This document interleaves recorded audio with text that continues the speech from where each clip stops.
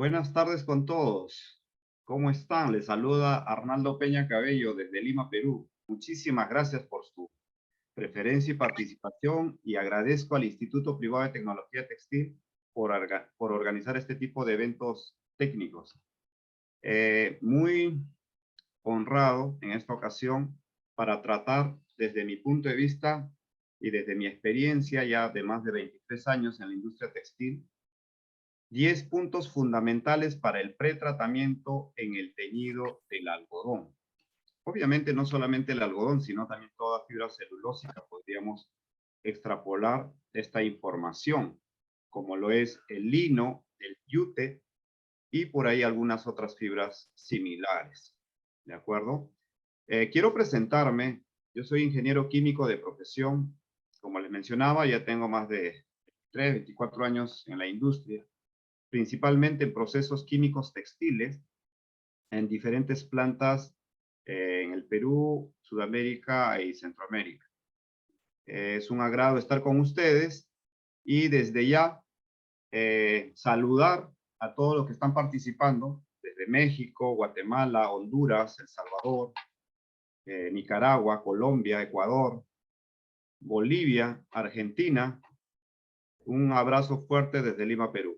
Entonces, la temática de hoy nos lleva a discutir un poco los principales puntos que nos debería garantizar a nosotros tener un buen pretratamiento, que sucesivamente nos pueda permitir también una tintura de buena calidad. Durante la exposición ustedes pueden hacer sus preguntas a través del chat o también levantar la mano para darles pase y puedan aperturar sus micrófonos. Lo importante acá es que podamos esclarecer cualquier duda que exista y sobre todo estos puntos basados en mi experiencia ustedes los puedan trasladar en sus campos de acción, en sus fábricas, en sus laboratorios, en sus lavanderías. Vamos a iniciar con nuestra exposición. ¿Cuál es el objetivo principal de hacer un buen pretratamiento? Proporcionar a la superficie, que puede ser hilo, que puede ser fibra, puede ser tela, el género de punto, el tejido plano, que posteriormente, después de este pretratamiento, obtengamos un teñido uniforme, bien igualado en toda la extensión del material textil. También esta tela, para poder posteriormente ser utilizado incluso como una preparación para un posterior teñido en prenda, lo que se llama PPT. Tiene que tener una buena humectación y una buena capilaridad. Esto lo vamos a detallar más adelante. Pero es importante que esta misma base, esta misma tela, si es que estamos trabajando en tela, nos permita tener una buena estampación, una buena post-teñido, ya sea en prenda, o teñido consecuentemente después de hacer este tratamiento en la misma máquina de teñido de tela en género de punto.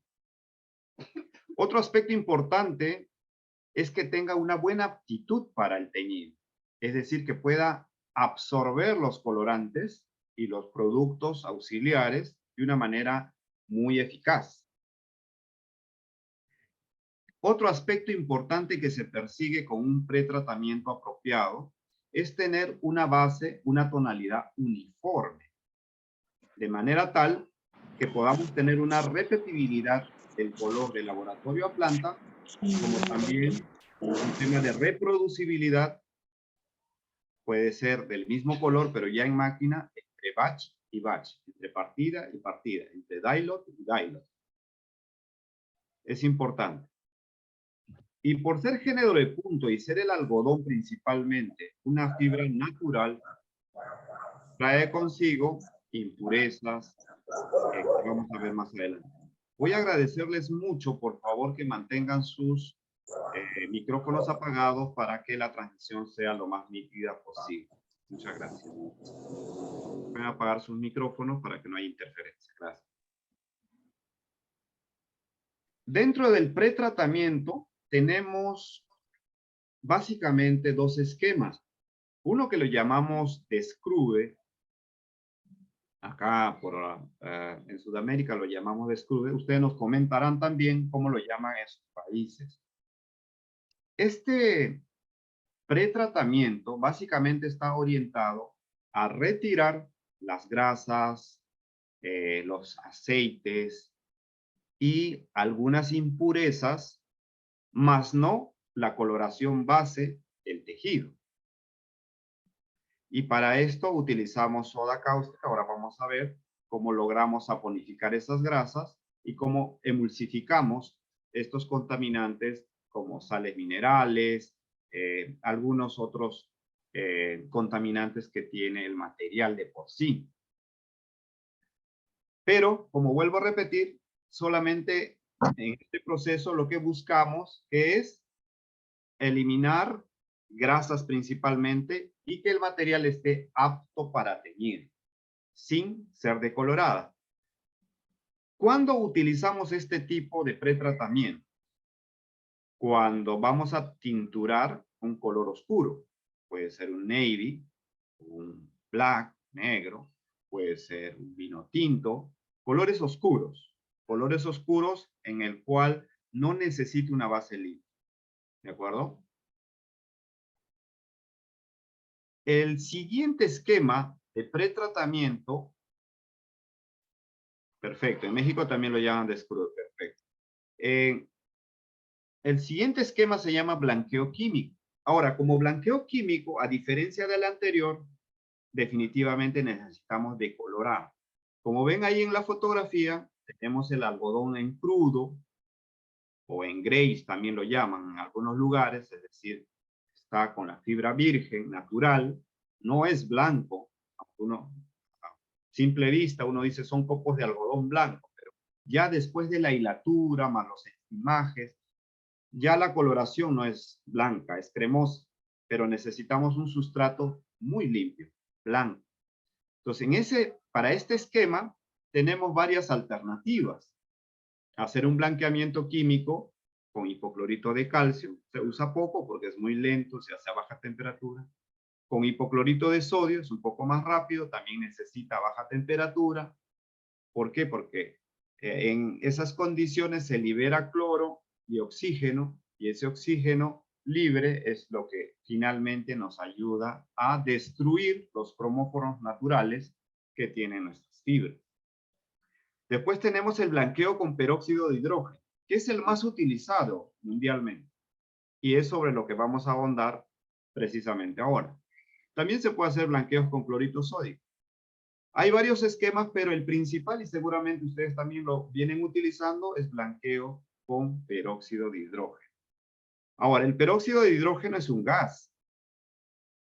Entonces, con un gas no podemos trabajar. Entonces, en el mercado, comercialmente, lo que vamos a encontrar es peróxido de hidrógeno diluido en agua pura al 50%.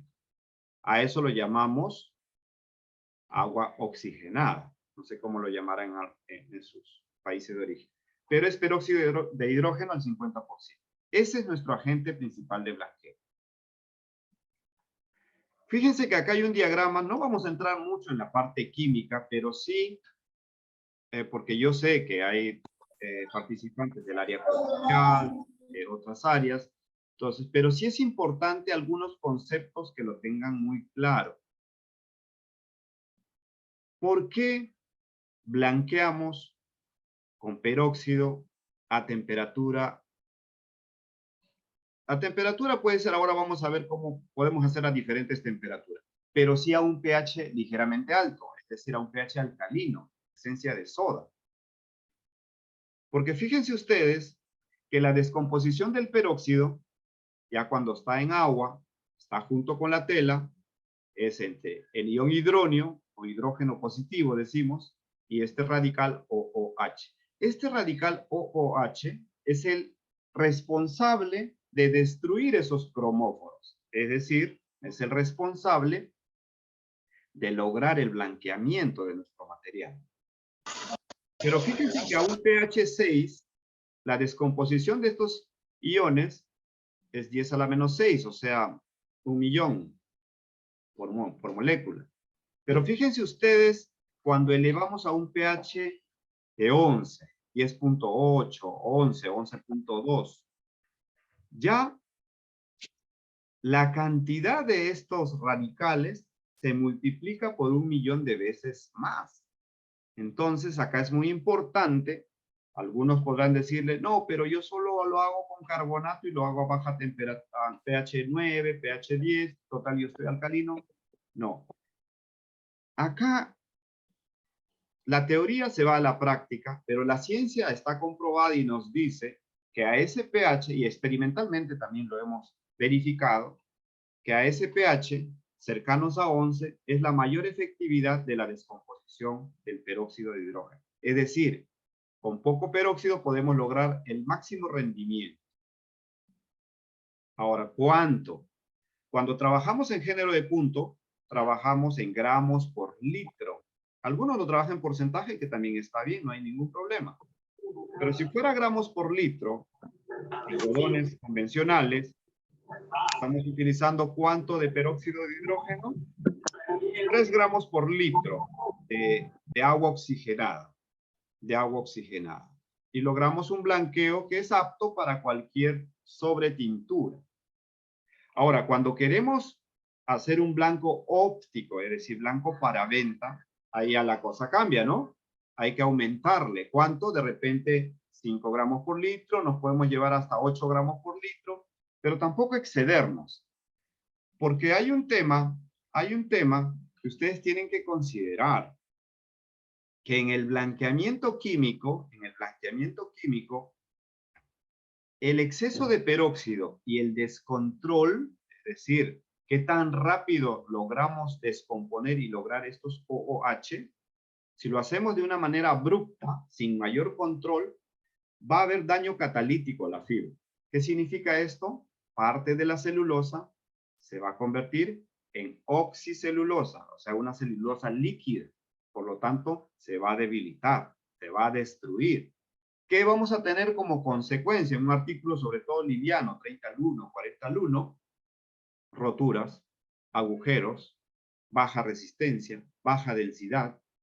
Entonces, hay que revisar bien las cantidades de peróxido que se van a utilizar y es más, acompañarlo con un catalizador que se llama estabilizador de peróxido. No hagamos las dos. Muchos técnicos dicen, pero yo hago 20 al 1, 30 al 1 y no tengo problemas. En teoría, dicen, ¿no?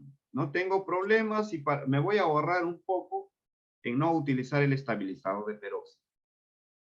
De pronto hacen muchos batch, muchas partidas y por ahí hay reclamos de clientes. Exceso de agujeros. Entonces, ahí recién nos ponemos a analizar por qué. Porque necesitas que esta descomposición sea controlada. Y ese control lo hacemos a través del estabilizador de peróxido. ¿Cuánto? Normalmente utilizamos un 30 a un 60% del valor de la cantidad de peróxido que se usa. Dependerá de cuán concentrado está nuestro estabilizador de peróxido. ¿De acuerdo? Entonces, dicho este preámbulo de cómo funcionan los esquemas de pretratamiento y sobre todo el blanqueamiento, vamos a ver los 10 tips que yo les planteo para que ustedes puedan, desde el laboratorio, concebir un buen pretratamiento. La clave número 1 está en evaluar con antelación la calidad de nuestro sustrato. Uno dice, pero es algodón, todos son algodón.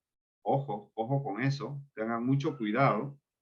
Hay algodones que vienen de la India, de Pakistán, de Brasil, algunos lo harán localmente, o sea, cultivarán localmente. Acá en Perú también tenemos nuestro tango y nuestro pima, cerro. Entonces, tengan cuidado. Dependiendo de la procedencia del algodón, de dónde se cultiva, porque depende de la tierra y también de la variedad, unos serán más limpios y otros más contaminados. Pero esas contaminaciones, ¿de qué tipo son? Número 1, de la cantidad aceitosa que puede tener, de grasas, no todos tienen por igual. Otro, la dureza, es decir, contenidos de calcio y magnesio, otros tienen alta dureza. En ese caso, cuando vean que es excesiva la dureza, tendrían que dentro del baño del pretratamiento, dentro de la formulación, agregar un poco de secuestrante. Pero si no, no lo necesita, ¿de acuerdo? Ahora, ¿qué pasa con esos algodones, por ejemplo, que tienen hierro? ¿No? Iones de fierro. Sobre todo, por ejemplo, hay zonas del Brasil que traen bastante contenido de fierro. Y se conoce o uno puede predecirlo cuando ven que son una tonalidad un poco rojiza. Son algodones un poco rojizos. El fierro es el principal agente o uno de los agentes que de sobremanera te va a producir daño catalítico.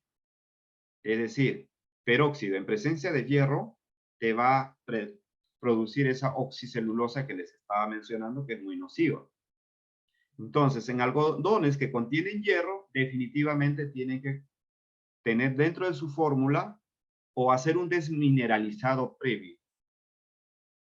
La recomendación es hacer un desmineralizado antes del blanqueo, es decir, antes de que ingrese el peróxido, hacer un previo lavado con desmineralizador ácido. ¿Qué son estos desmineralizadores?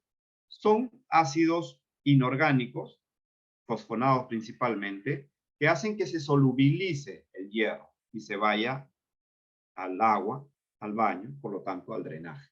¿De acuerdo? Otro aspecto que debemos evaluar en la calidad del sustrato es el contenido de cascarillas o impurezas leñosas. Porque estas impurezas, que definitivamente después de la tintura aparecen como unos puntitos, como unos neps, y es una apariencia que no es uniforme, no te permite, tiene una apariencia mala. Y muchos de nuestros clientes quieren pues una textura lisa, perfecta, que no tenga ninguna contaminación, ningunos puntos de contaminación. Y estas contaminaciones leñosas son partículas, son pequeñas partículas que están ahí. Se puede palpar. Entonces, para poder eliminar estas cascarillas, precisamente el peróxido de hidrógeno o el agua oxigenada te ayuda. Es decir, te lo puede eliminar. Un color oscuro, un color negro, por ejemplo, y nuestro proceso convencional era un descrude solo con soda y detergente, y no llevaba blanqueo, para este caso particular tendrás que cambiarlo al blanqueo. A pesar que vas a gastar más colorante, ¿no? La receta, la fórmula es un poquito más cara, pero tienes que hacerlo, porque ya tienes un contaminante. Pero ¿dónde lo detectaste? En laboratorio, al ingreso del material y no después de la tintura. Por eso es importante evaluar la calidad del sustrato al inicio. Otro aspecto que debemos de evaluar en la calidad del sustrato es la excesiva cantidad de aceites que pueden venir de tejeduría. Se dice que en la tejeduría se utilizan aceites hidrosolubles, pero hay calidades y calidades y proveedores también. Y más aún, si se tiene almacenado un tiempo, de repente semanas o algunos meses, con ese aceite, muchos de ellos se fijan y es más difícil de removerlos durante la tintura. Entonces, para estos casos, dentro de nuestra formulación del pretratamiento, tendremos que adicionar un agente que se llama desengrasante. Generalmente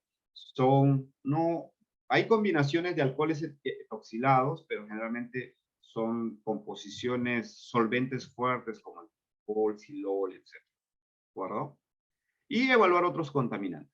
Esto nos va a permitir que nosotros podamos hacer una fórmula apropiada para este grupo de materiales. Obviamente no se hace para cada batch, sino se hace para el tipo de procedencia que viene el material, o sea, por lotes o procedencia.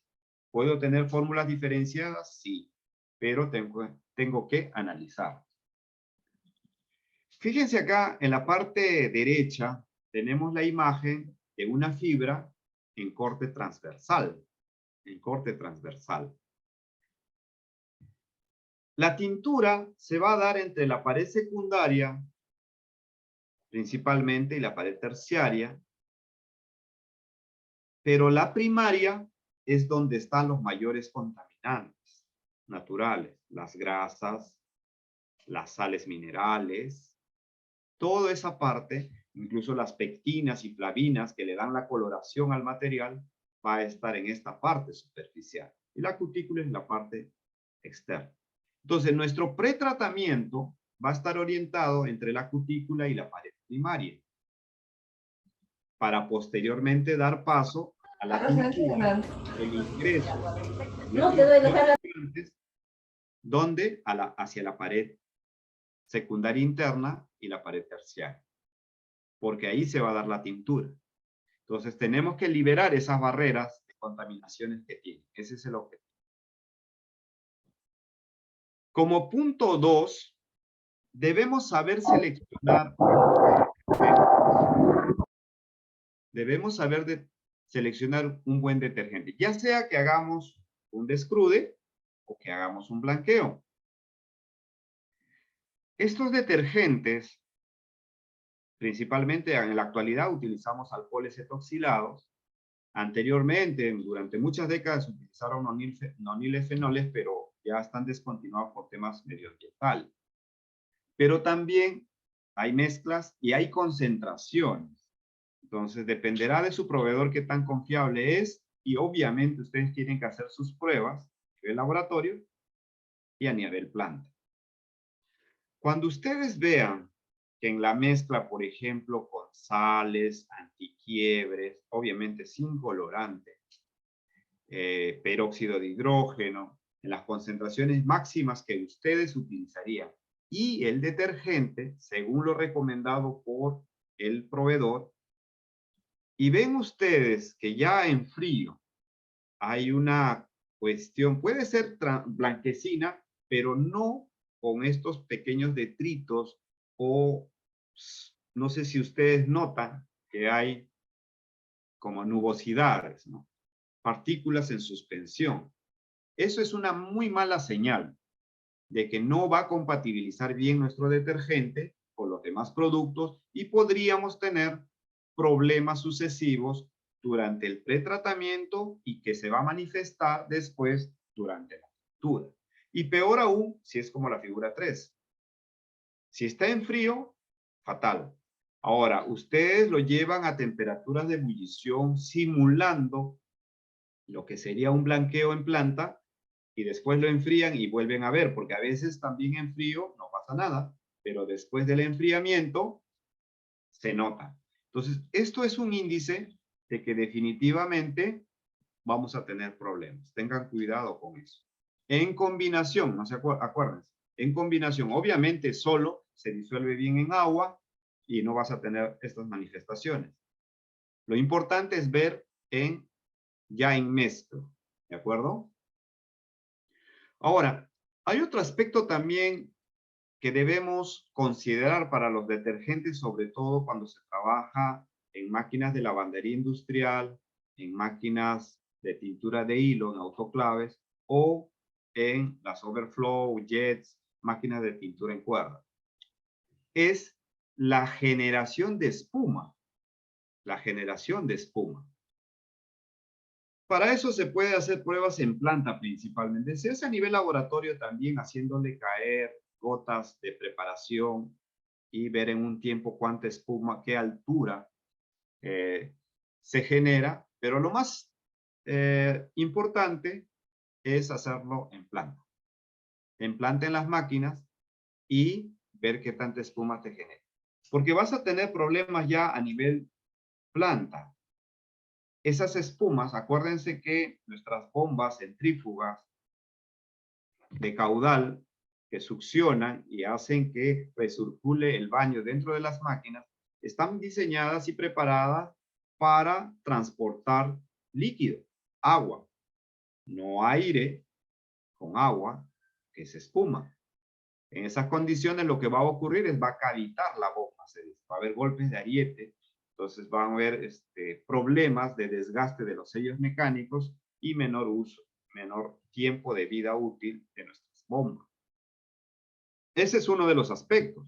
El otro aspecto es que al generarse esa cantidad de espuma, empieza a flotar el material y se enreda porque sale de la canastilla y esos enredos te van a producir maligualaciones, malos pretratamientos, o sea, maltrato al material.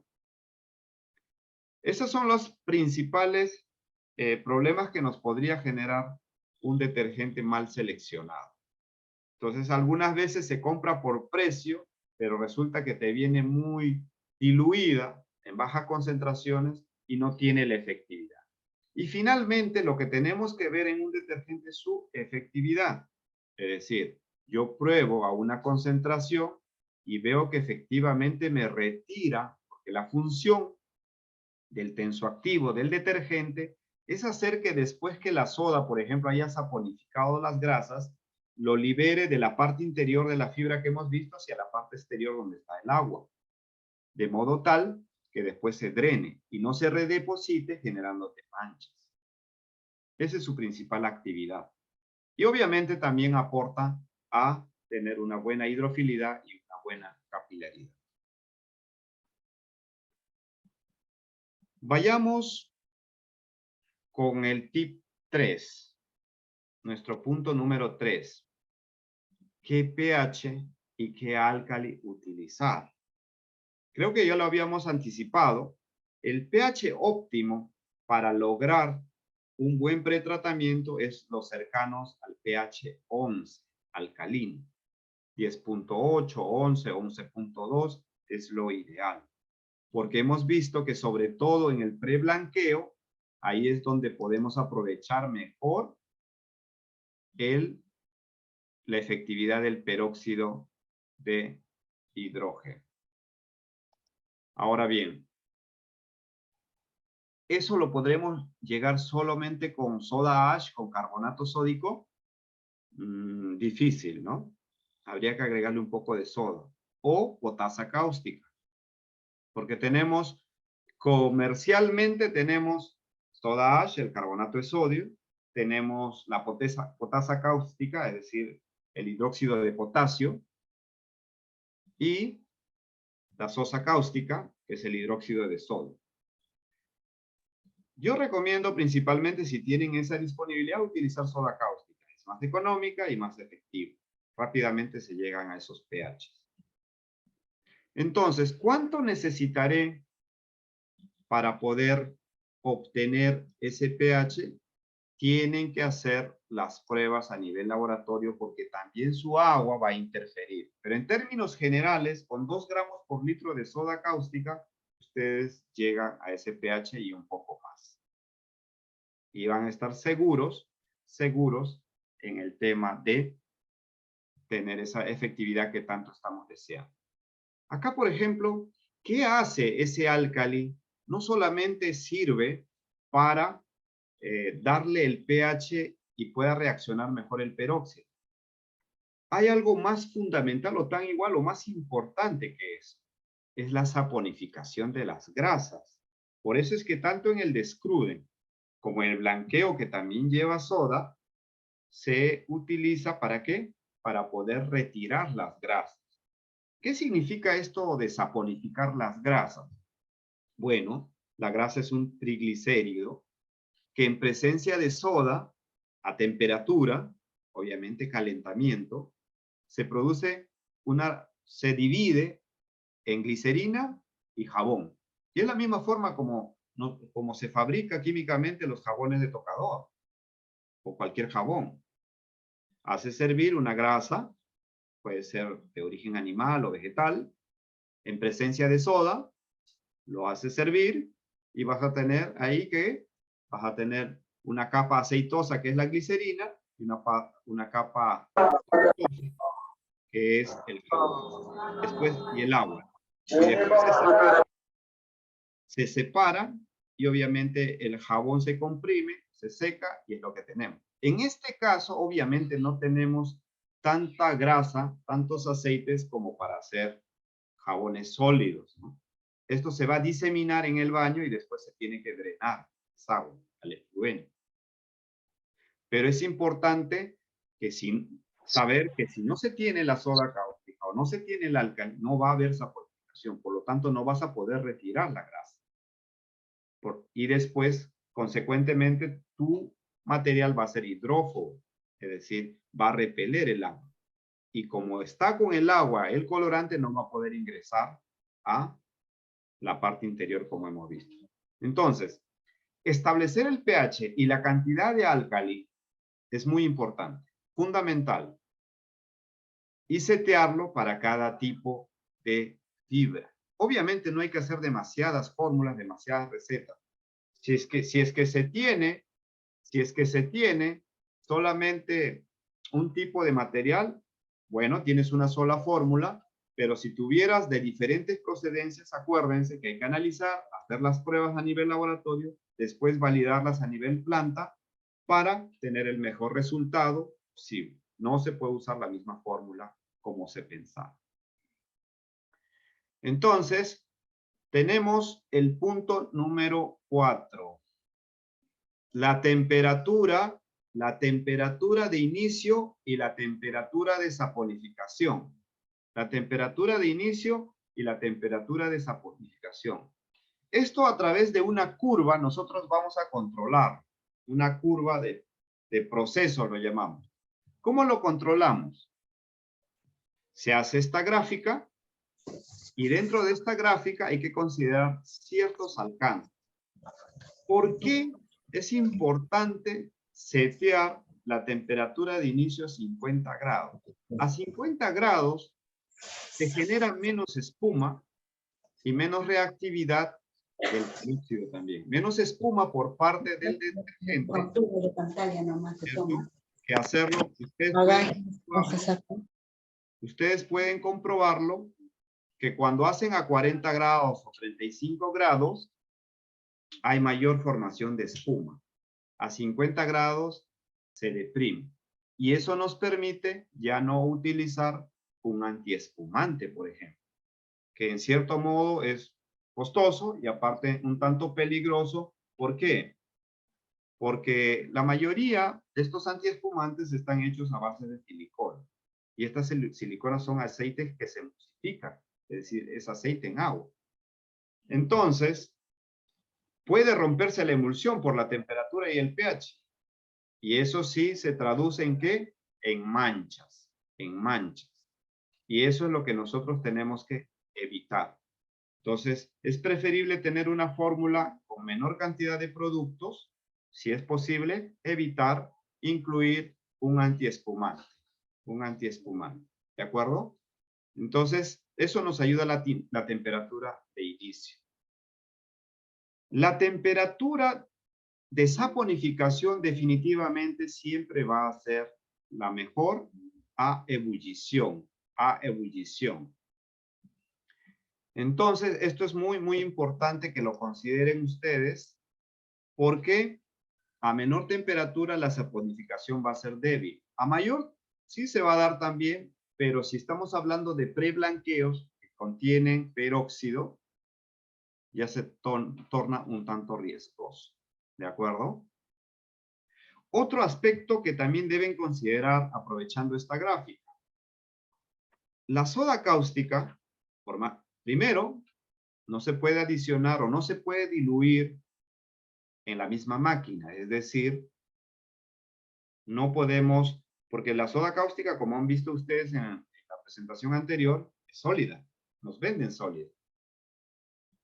Y cuando uno lo diluye, ya sea al 50% o en la proporción con el agua, como quieran, hay una reacción exotérmica, es decir, se calienta el sistema. Entonces, una soda caliente, es decir, yo lo preparo al costado de la máquina y lo hago ingresar a la tela, al interior de la máquina y va a tener contacto con la tela o el hilo, lo que va a suceder es, va a caustificar esa parte donde hay contacto directo.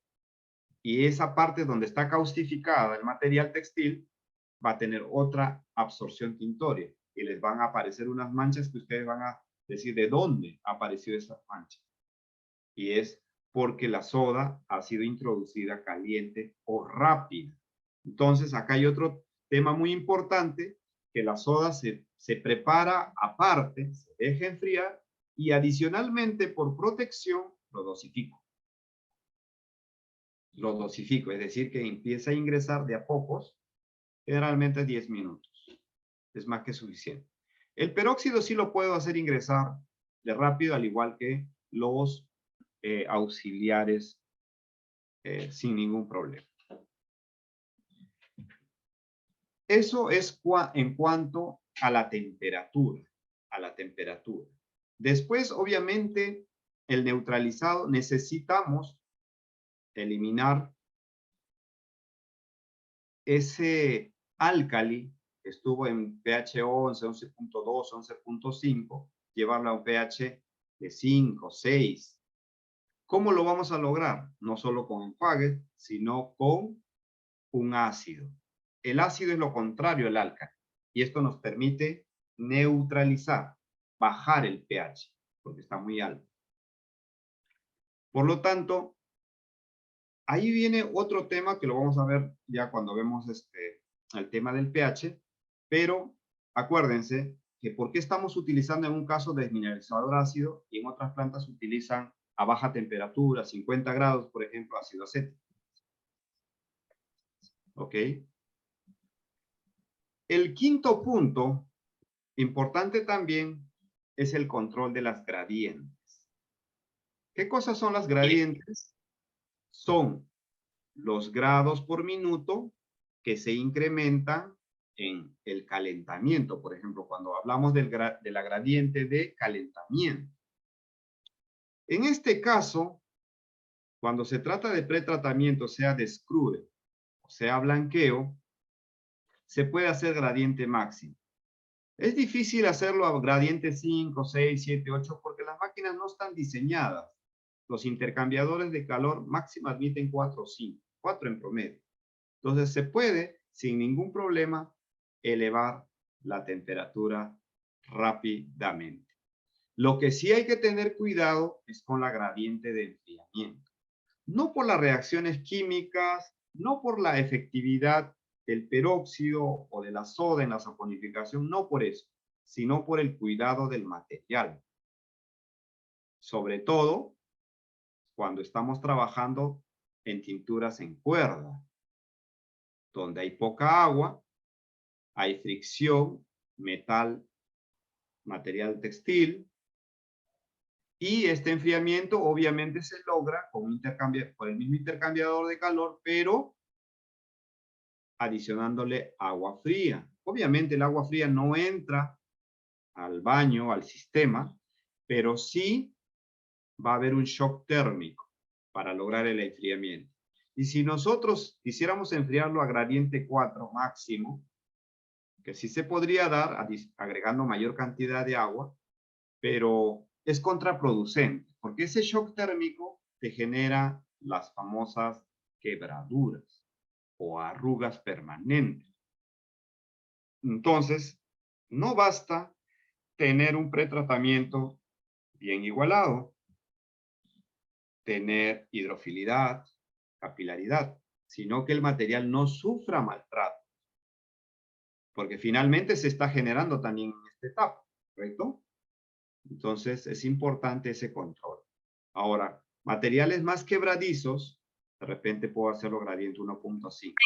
1 o 0.5, 0.8 ya no es tampoco recomendable porque se dilata, se estira mucho el tiempo de proceso. Y vas a tener problemas en temas de productividad. Vas a hacer menos kilos, menos cargas en las 24 horas. ¿De acuerdo? Pero sí es importante que consideren el control de las gradientes. Hoy en día nuestras máquinas todas tienen programadores. O sea, los seteo.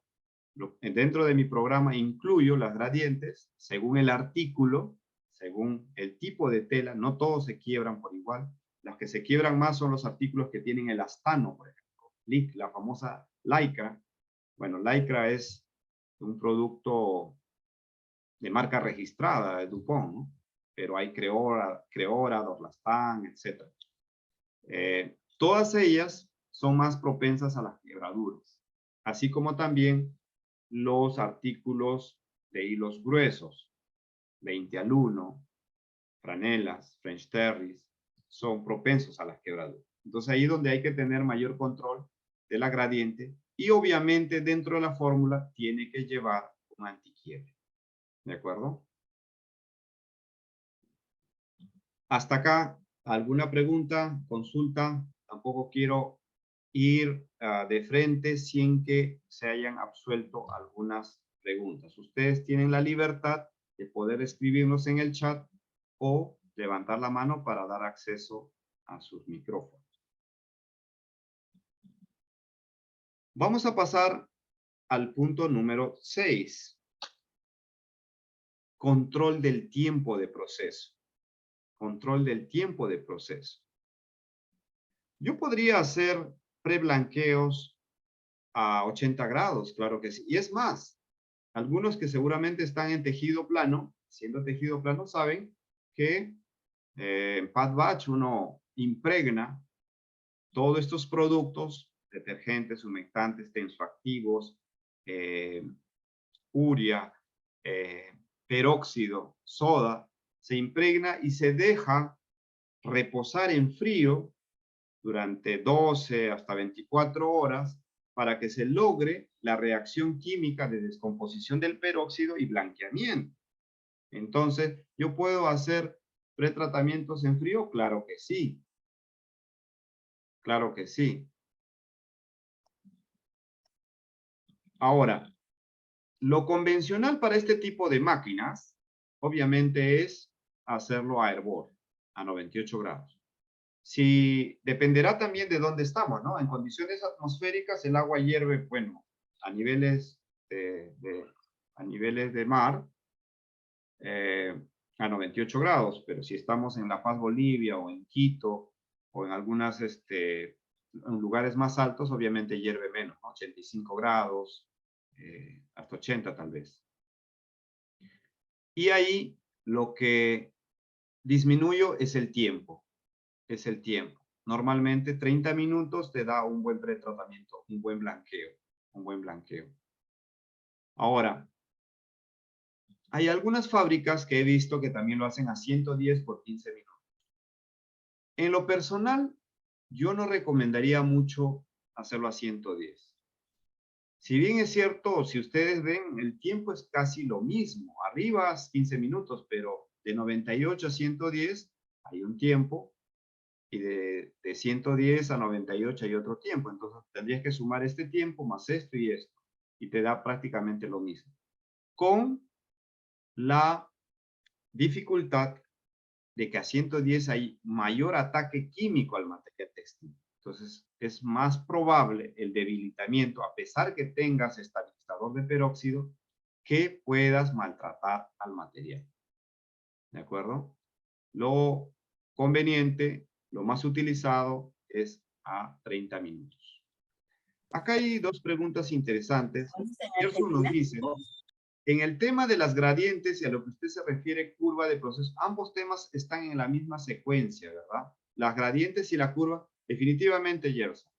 Estamos hablando acá.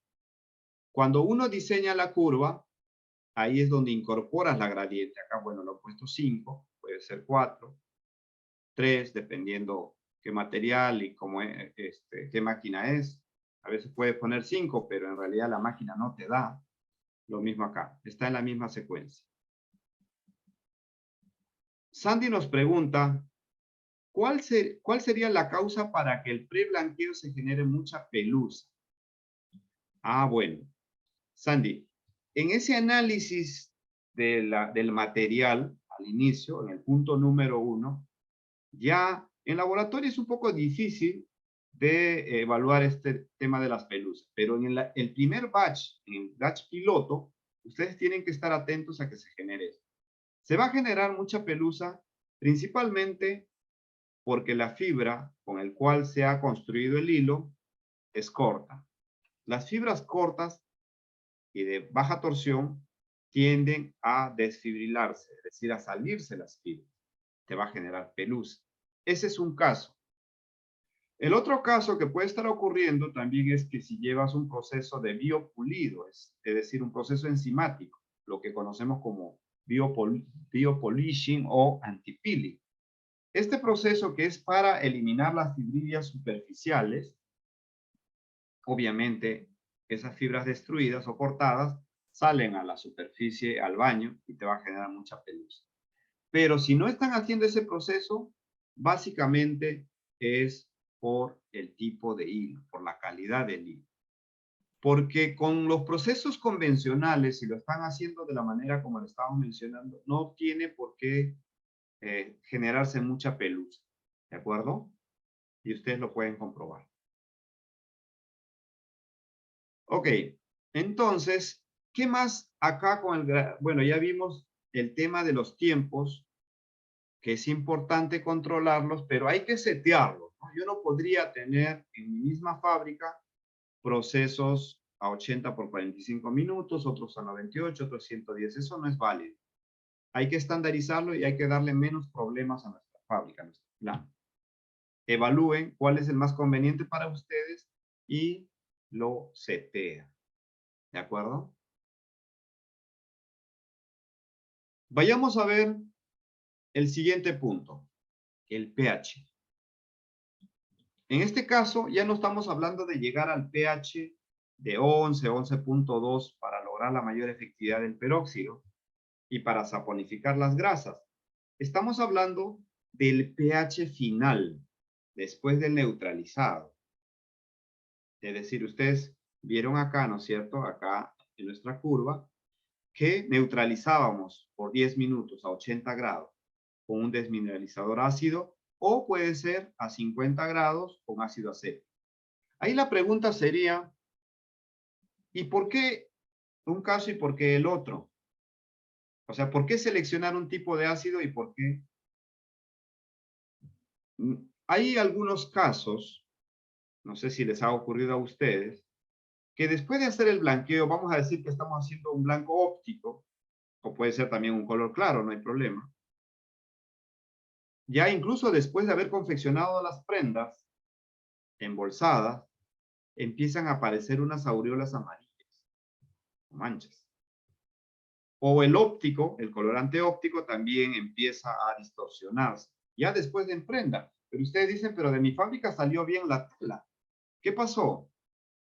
Ah, uno de los factores es que el neutralizado no ha sido eficiente.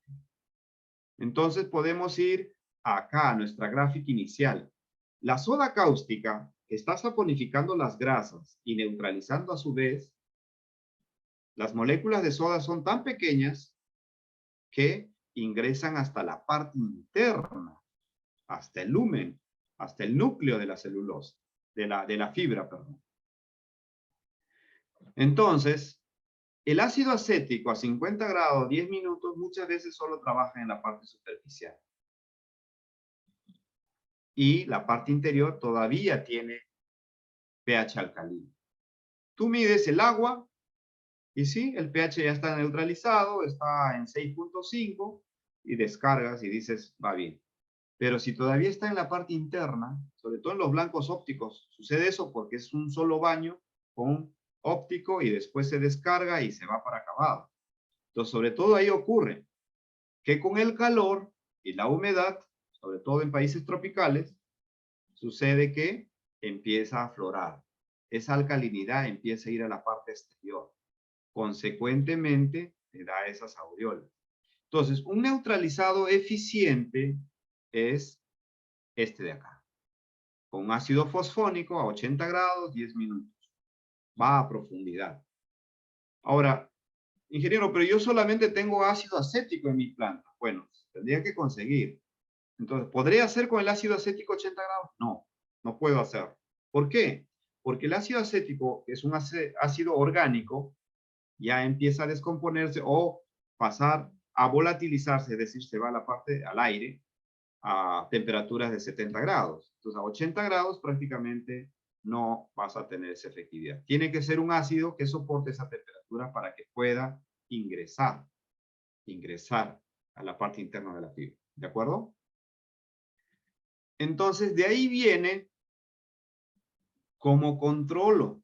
¿Cómo verifico que efectivamente, si usted me dice que el pH del agua es referencial, pero no me determine el pH real, que estoy buscando que 6.5, 6, tiene que entrar al teñido o descargarse ligeramente ácido. Incluso los fabricantes te piden esas características, esas condiciones. Entonces, se hace esto. Acá hay una pregunta interesante que dice Adriana. ¿Por qué en un tejido plano de algodón con un preblanqueado por impregnación sale franjas amarillas a lo largo y a lo ancho? Esta puede ser una de esas ocurrencias, Adriana. Es decir, que el neutralizado no está siendo eficiente. Ahora, ¿cómo comprobaría usted? Con esta secuencia que le voy a decir, como ven acá ustedes en la gráfica.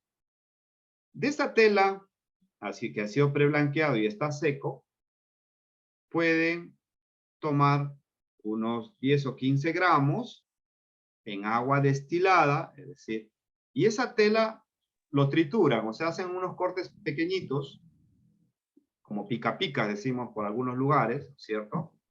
Pequeñitos, y con 150 mililitros de agua, pero agua destilada. Miden el pH del agua destilada, que debería estar el pH 7, neutro, ¿ya? O agua desionizada, ¿ok?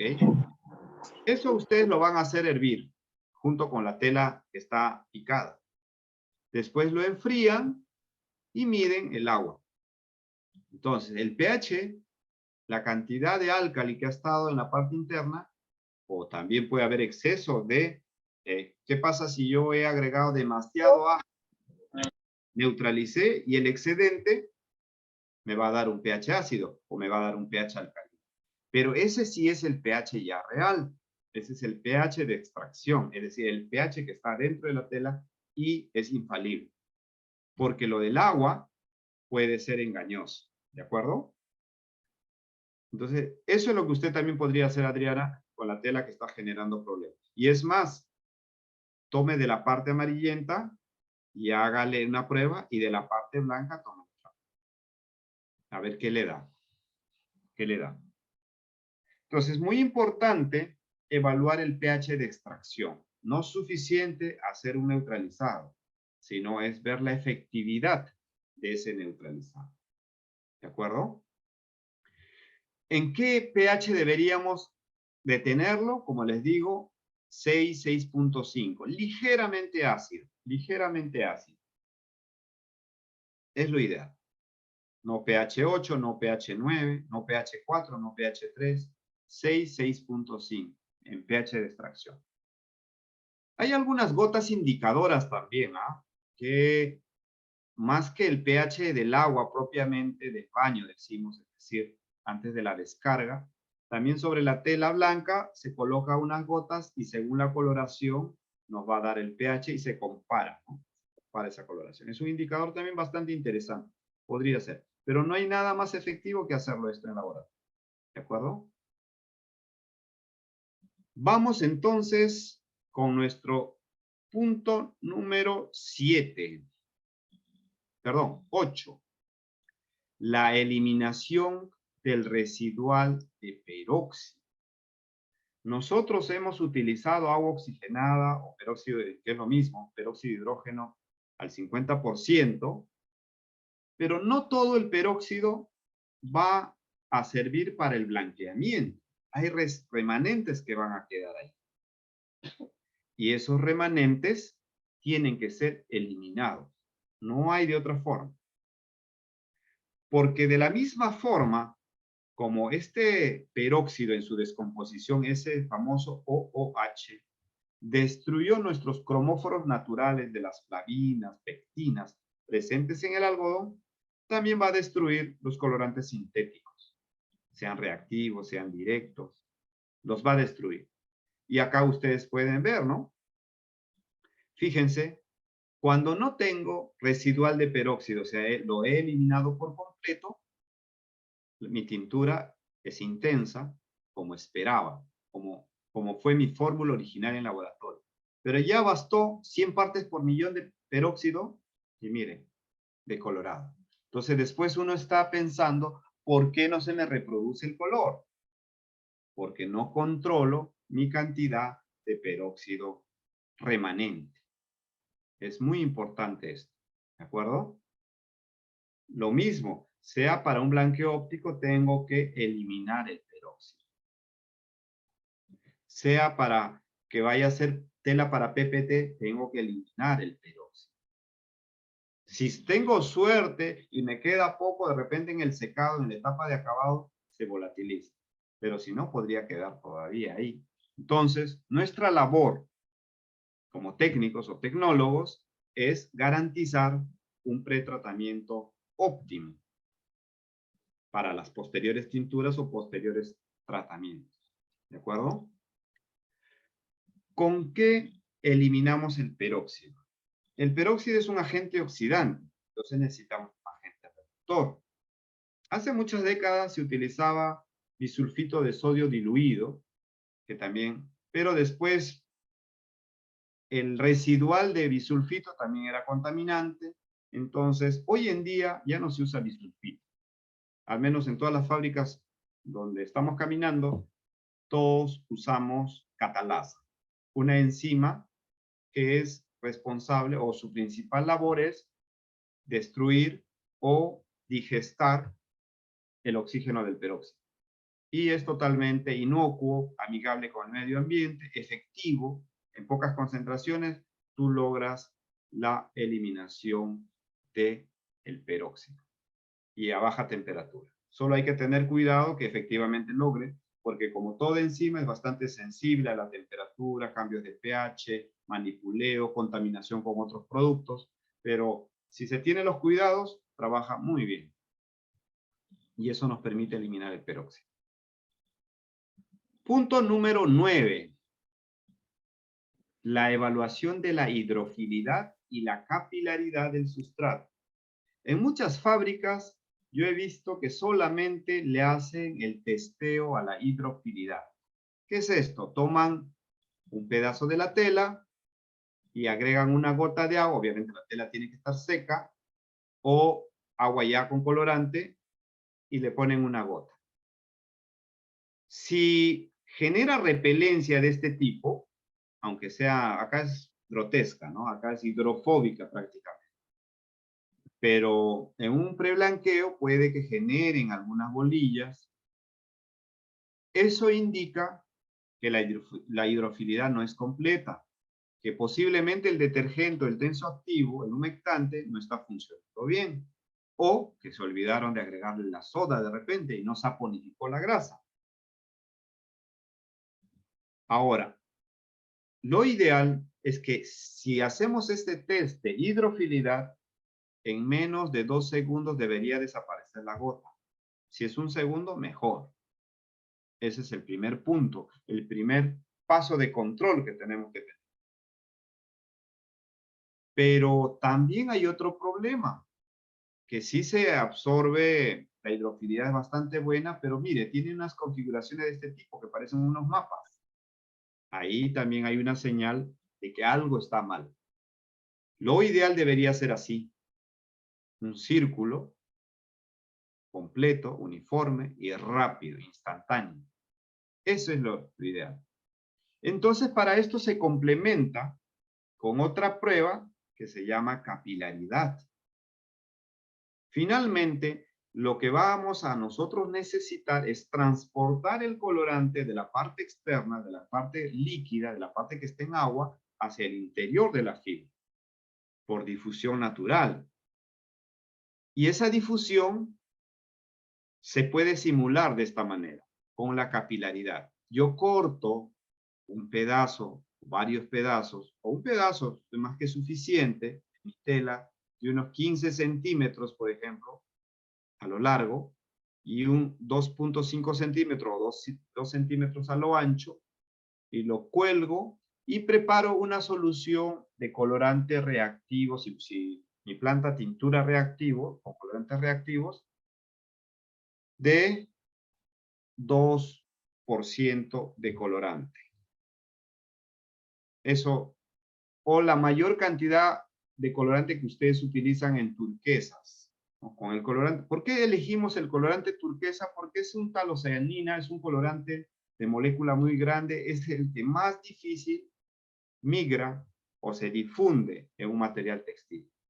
Por lo tanto, si somos capaces de darle una buena capilaridad para este colorante turquesa, para los demás colorantes no habrá problema.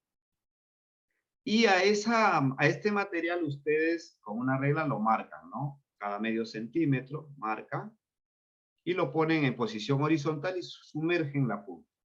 Y controlan en 30 segundos y 1 minuto hasta cuánto llega, ¿no? Entonces debería llegar por lo menos sus 3 centímetros, 4 centímetros, sin ningún problema si la capilaridad es muy buena.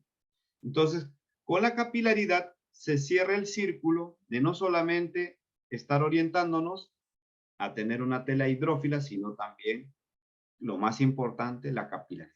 Incluso puedo tener una hidrofilidad media, que no sea tan instantáneo, pero mi capilaridad es buena, entonces significa que mi tintura o mi sobretintura, si es en caso de lavandería industrial, o mi estampación, va a tener mejor adherencia mis pigmentos, mis colorantes, mis tintes posteriores. ¿De acuerdo? Entonces, estas dos pruebas son fáciles de hacer y debe ser parte de nuestro protocolo de control de calidad en proceso. Es muy importante esto. ¿De acuerdo? Y finalmente, llegamos a nuestro punto número 10. 10. La uniformidad y el grado de blanco. Porque yo puedo tener, en un caso, un blanco de este tipo, o así, o aquel. Cada planta, cada cliente tiene su estándar de blanco, pero tenemos que estandarizarlo. Y sobre todo, pensando en estos colores pasteles, claros, limpios, pálidos, como llamemos. Porque en estos colores la base definitivamente va a influir en el cambio del matiz. Y esa base tiene que ser tal igual como lo formuló laboratorio. En planta tiene que ser tal igual para poder reproducir el color. Porque lo más dificultoso en una tintura es reproducir el color. Y de no hacerlo, transgrede a lo que la fábrica necesita, que es rentabilidad, tener bajos costos, costos controlados, que no se incremente nuestros costos por reprocesos o inconformidades. ¿De acuerdo? Entonces, seleccionen su fórmula, establezcan un estándar, patrón, que lo puedan tener todos los actores, en este caso el supervisor, operario, jefes, tanto de tintorería como de laboratorio, para llegar siempre a esa base. Y obviamente dentro de nuestros formatos o materiales de control tienen que habilitarles una muestra. ¿Para qué? Para que a la hora de hacer el preblanqueo, el pretratamiento en planta, lo puedan comparar. Lo puedan comparar y solo así pasar a la siguiente etapa, que es la tintura. Si no cumplen estas variables, como vamos a ver acá, no se puede descargar de máquina, no se puede pasar a la siguiente etapa. Entonces, resumiendo, ¿qué necesitamos? Un material que no tenga residuales de peróxido, que no tenga dureza, porque la dureza también va a afectar, si es en exceso, a nuestra tintura posterior. El pH tiene que ser neutro, buena hidrofilidad y buena capilaridad, y tener el tono base según el estándar establecido. ¿De acuerdo?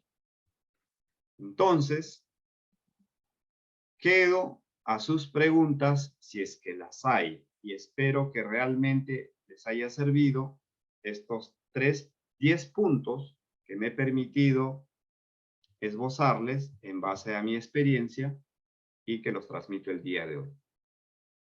Los escucho o los leo.